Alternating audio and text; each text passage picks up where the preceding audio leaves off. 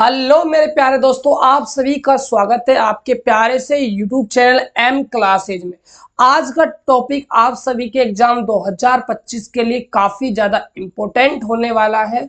आज हम पढ़ने वाले हैं गोलाकार चालक की धारिता। यहाँ से ऑब्जेक्टिव और सब्जेक्टिव दोनों ही प्रकार के क्वेश्चन पूछे गए हैं बोर्ड में।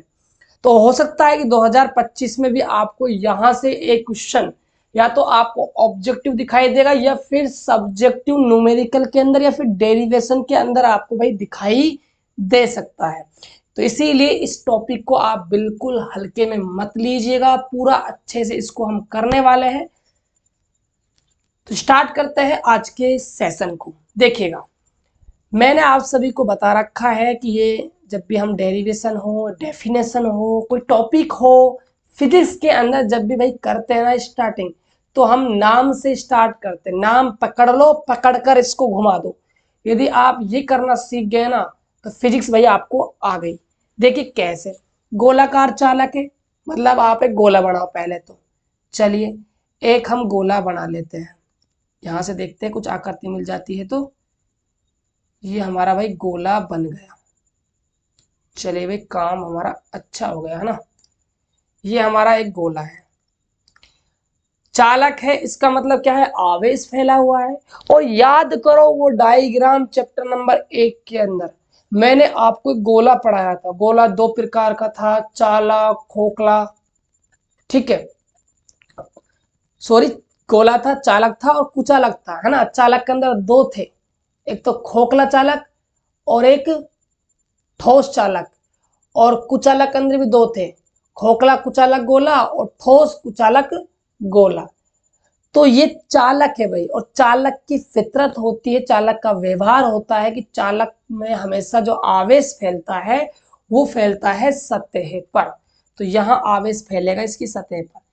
मान चलिए ये आपका प्लस आवेश है, राइट, और क्यों आवेश आपका इसकी सतह पर फैला हुआ है।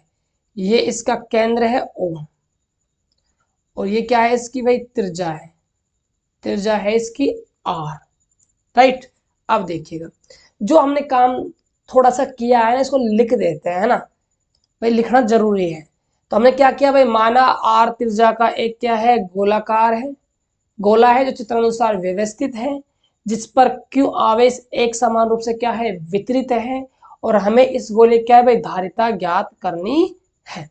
तो लिखते हैं इस बात को, माना R त्रिज्या का एक गोला चित्रानुसार व्यवस्थित है, जिसकी सतह पर प्लस Q आवेश एक समान रूप से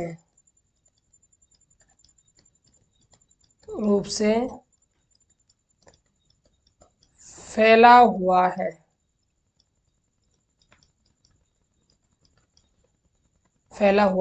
है। हमें इसकी धारिता ज्ञात करनी है, राइट। अब देखिए आगे, धारिता ज्ञात करनी है तो सीधी सी बात है भाई, धारिता का फॉर्मूला तो काम आएगा। तो यहां लिखेंगे हम धारिता की परिभाषा से।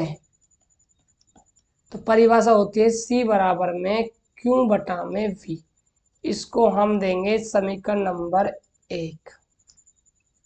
अब देखिए हमें धारिता निकालनी है, तो हमें ये तो पता है भाई चालक पर क्यों आवेश फैला हुआ है, ये तो फिक्स है, ये तो पता है। लेकिन हमें ये ज्ञात नहीं है कि चालक गोले के कारण कितना विभव यहाँ उत्पन्न हो रहा है। यदि हम यहाँ विभव का मान निकाल लेते हैं तो हमारा काम आसानी से बन जाएगा। ठीक है, क्या आपको किसी गोलाकार चालक का विद्युत क्षेत्र पता है क्या? उसकी विद्युत क्षेत्र तीव्रता पता है क्या? निकलवाई भाई मैंने करवाया है ये टॉपिक चैप्टर नंबर 1 के अंदर। याद करो, वहां पर हमने गोले के अंदर 3 कंडीशन ली थी। एक तो वो थी जब बिंदु P कहाँ हो, बाहर हो, जब P कहाँ हो, सतह पर हो, और जब P कहाँ हो, गोले के अंदर हो। ये 3 हमने वहां पर कंडीशन पढ़ी थी। और याद करो, गोले के कारण जो विद्युत क्षेत्र तीव्रता आई थी वो k3/r² आई थी, राइट। तो वहां से हमें पता है भाई तीव्रता कितनी होती है, विभव निकालना है, तीव्रता पता है, तो सीधी सी बात है भाई, कौन सा रिलेशन लगाऊंगा? विद्युत विभव एवं विद्युत क्षेत्र की तीव्रता के बीच संबंध। देखिएगा ध्यान से, विद्युत विभव एवं विद्युत क्षेत्र की तीव्रता के मध्य संबंध होता है भाई V बराबर में E डॉट में R, स्मॉल r होती है दूरी। अब देखिएगा डायग्राम को ध्यान से देखिए, आवेश कहाँ फैला हुआ है भाई? सतह पर। इसका मतलब बिंदु कहाँ है आपका भाई? सतह पर है। तो बिंदु दूरी कितनी हो जाएगी यहां से यहां तक? R हो जाएगी। ठीक है, देखिएगा तो V बराबर में तीव्रता हो जाएगी भाई गोले कारण KQ/r²। त्रिज्या कितनी है? R²। दूरी कितनी है भाई? कैपिटल R है। तो एक R से आपका एक R कट जाएगा, V बराबर आ जाएगा KQ/r। अब ये V का मान मैं कहाँ रखूंगा भाई? समीकरण नंबर 1 के अंदर। लिखिए इस बात को, समीकरण 1 में V का मान रखने पर, तो देखिए C बराबर में क्या है? Q बटा V का मान क्या है? KQ बटा में क्या है? R है।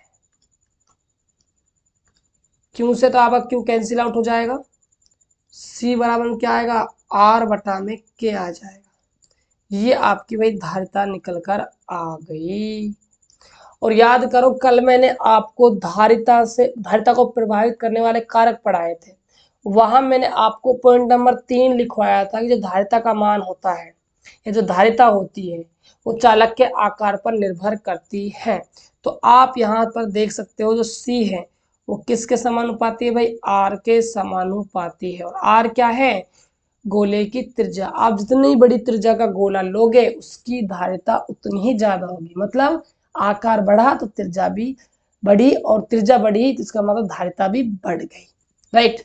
आगे देखिएगा, अब जो K है, K क्या होता है भाई? आपका समानुपाती नियतांक, हम पराविद्युतांक के नाम से जानते हैं। इसका वैल्यू होता है 1/4πε0 भी कहते हैं। इसका मान होता है भाई 9 × 10⁹ ठीक है। लेकिन हमें मान से कोई लेना देना है नहीं, सिर्फ हमें फॉर्मूले में रखना है।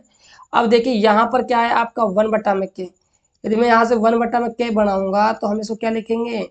4πε0 लिख देंगे, ठीक है। तो C बराबर आपका आ जाएगा 4πε0 गुणा में R। ये हमारा फॉर्मूला निकल कर आ जाएगा। अब देखिए ध्यान से, यहाँ आपका पॉइंट नंबर भाई कल का 4 भी क्लियर हो जाता है। कैसे? ε0 क्या है भाई? निर्वात की विद्युतशीलता है, निर्वात की विद्युतशीलता कितनी होती है? 8.85 × 10⁻⁻12, ठीक है, ये होती है। तो ये विद्युतशीलता है, तो इसका मान अलग है। यदि यहाँ माध्यम होता तो माध्यम की विद्युतशीलता अलग होती। इसका मतलब क्या है भाई? धारिता माध्यम पर भी निर्भर करती है। ये टॉपिक भाई आपका क्लियर हो गया। तो ये फॉर्मूले है 2, अप्लाई करना ये आसान होता है ऊपर वाला। क्यों? क्योंकि हम K का मान डायरेक्ट रखते हैं कितना? 9 × 10⁹ ये फॉर्मूला यदि आप यूज करते हो तो यहाँ पर आपको दिक्कत आएगी। कैसे? पाई का मान रखोगे आप 3.14 गुणा, फिर ε0 कमान 8.85 इंटू 10⁻⁻12, फिर इनको आपस में मल्टीप्लाई करने वालों कितनी बड़ी कैलकुलेशन हो जाएगी। मेरी सलाह है आप इसको यूज कीजिए, सही रहेगा। चलिए भाई, आज का लेक्चर हम यहीं समाप्त करते हैं। आई होप कि आपको क्लासेज काफी अच्छी लग रही होगी। क्लासेज अच्छी लगती है तो भाई शेयर कर दिया करो अपने दोस्तों के पास, ठीक है। चलिए भाई, मिलते हैं और एक बेहतर वीडियो के साथ। तब तक के लिए जय हिंद, वंदे मातरम, जय झारखंड।